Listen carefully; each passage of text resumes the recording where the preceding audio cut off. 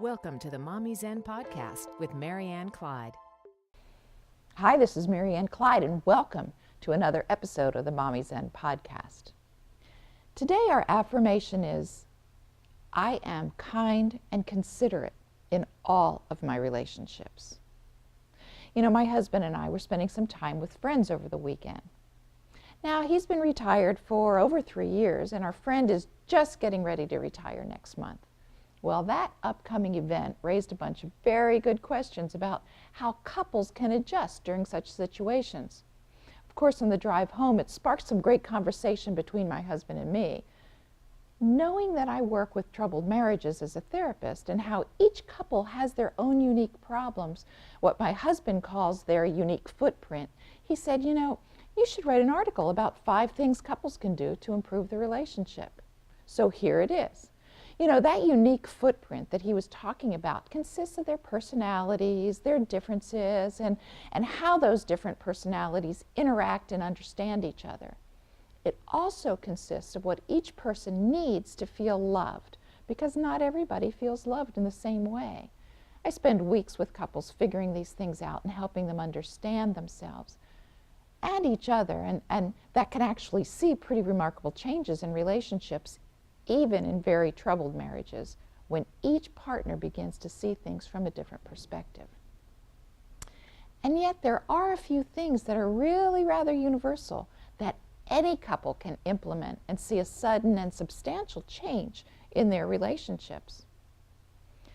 The first of these things is give up the need to be right.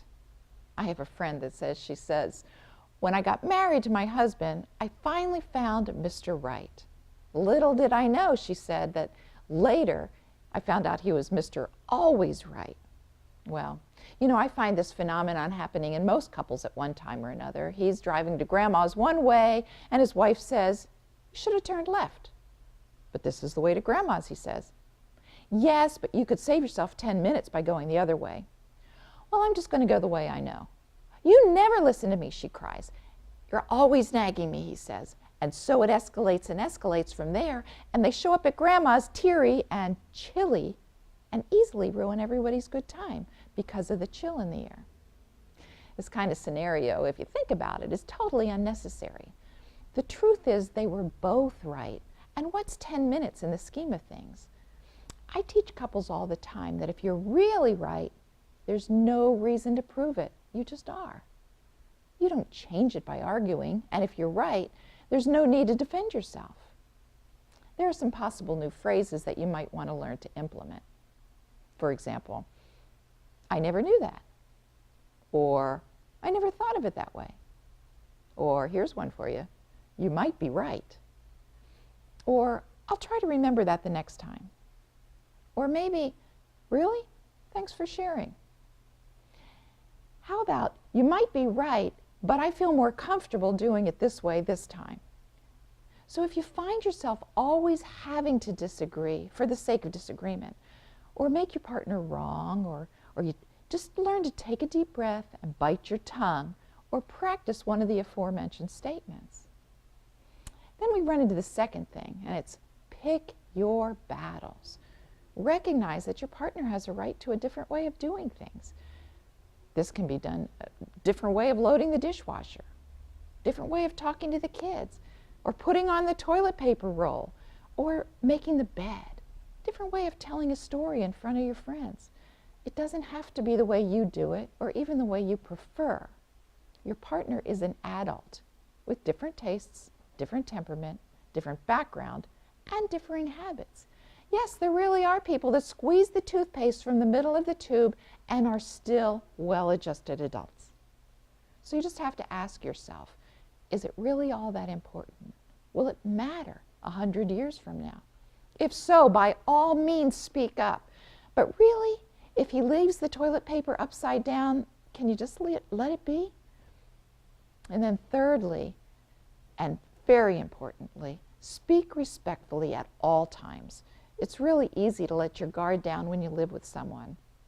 It's easy to snap. It's easy to forget that that person on the other side of the couch has feelings too.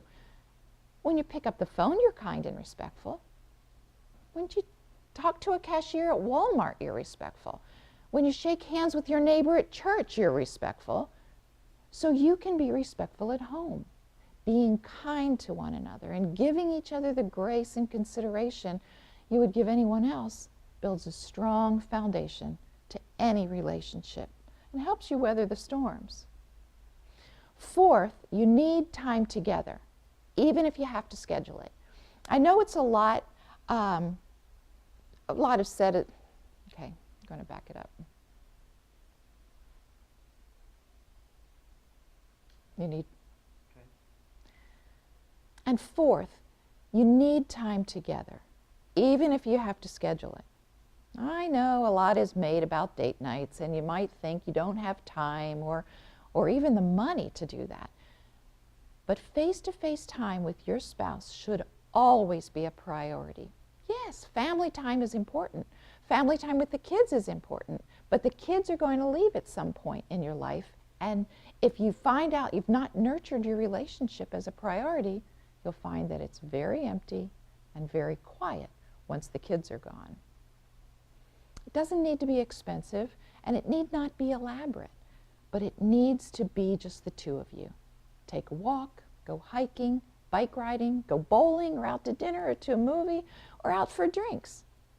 Send the kids to grandma's and have a quiet dinner in. Go out to breakfast, or meet for lunch during the workday. There are ways of working around the expense of a sitter if that's a problem, but don't count on it just happening. Decide how often you need time together and get it on the calendar, preferably at least once a week. Yep, it takes some planning, and I know you don't always like to do the same things. So if that's the case, each of you can sit down and make a list of the things you'd like to do with the other person, and you alternate from one list to the other. Or each of you might take responsibility for every other date night, for making the arrangements, the reservations, the babysitter, etc. Be creative, surprise each other, and shake things up a bit. Try new things, and be resourceful.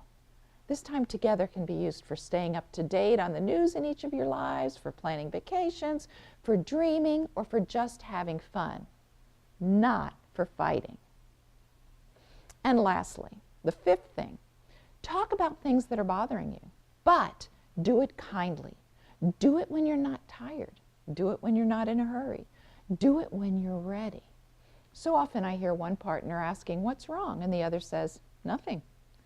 So if you're not ready to talk about it yet, say that, but set a time when you will be ready to address it. You might say, "I'm not ready to talk about it just now, but let's talk about it after the kids go to bed."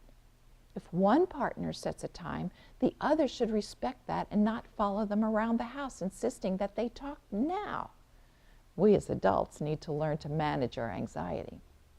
I know there are some people that just feel like it has to be addressed now.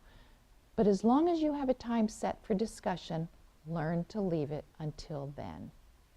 Establish rules about communicating these things, such as no blaming. Stick to how you see the situation and how you feel. Don't assume that your partner knows something. Spell it out. And don't assign motives to your partner. You were angry. You were trying to get me mad. You were trying to get me to do something. You were trying to leave me out.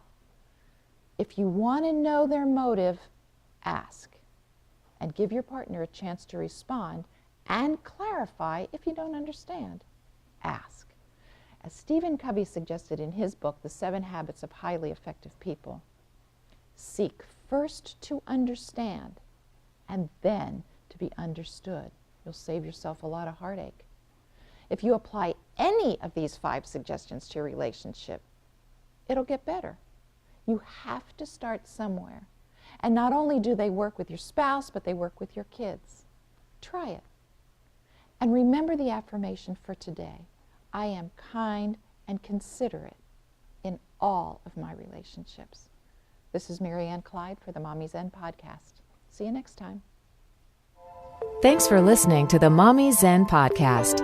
For nuggets of encouragement and strength throughout your day, follow Mary Ann on Twitter at mommy_zen and Facebook at facebook.com/mommyjustbreathe. Also, you can join our mailing list, leave comments, or ask questions by visiting mommy-zen.com.